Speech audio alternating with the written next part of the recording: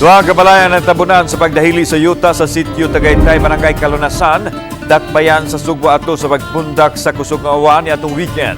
Maayo na lang nga nakahikling ng daan ang mga nagpuyo sa Panimay human mabantayi sa wala pa mahitabo ang aksidente. Mga mulupyo sa dapit na balaka karon sa ilang kahimtang, hilabi na kun musugod na usab pagbundak sa kusog nga uwan. Sayra nato ang report. Igo na lang sa pagsudong sa dakong punuan sa kawayan nga nalukat ug midatog sa iyang balay si Mariano Baquero. Dili na gani mailhan nga naa ba di ay balay sa ilawom diin apil sa natugan ang ilang mga gamit. Matod ni Mariano nga maay na lang nakahikling daan ang iyang pamilya sa wa pa ang landslide nga natabo alas 3 sa hapon ni adtong Sabado. Imbigay gyud ang kwan ang kawayan. Kawayan yan na. Inatog siya sa kumalay gyud. Muna na. Okay. Ah. Panahon atong tungora asa ang pamilya nimo?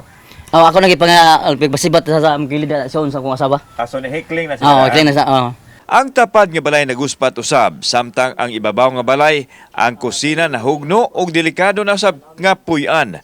Matod sa mga mulupyo, unang higayon kining nakasinati sila og pagdahili sa yuta tungod sa sige nga pag-ulan sa nakalabayng mga adlaw. Mukabat sa 30 ka balay sa palibot ang namiligro busa ang mga nagpuyo nini mihikling una ilabi na sa panahon sa kagabhion. Nanliki na siya ba nya mo to nga mong ipugan og mga pisi. Awa ka pugong oy. Dagko pa kay pisi among gikuan. So agad Wagi ka pugong. ka piog sa kinayahan. Ang ini ka ugani yuta reprapan lang tani. Usa na ang among gikinahanglan ang pagkaon pero ang ikaduha ginamong gikinahanglan sir nga unta makadungog ang gobyerno sa among kahimtang nga masip mi diri nga tagaan mi nila dinhi og budget nga sakto gyud. Samtang pipila usab ka mga dapit sa barangay Budlaan ang nakasinati og landslide. Kauban si Clover Lumayag, ako si Alan Domingo.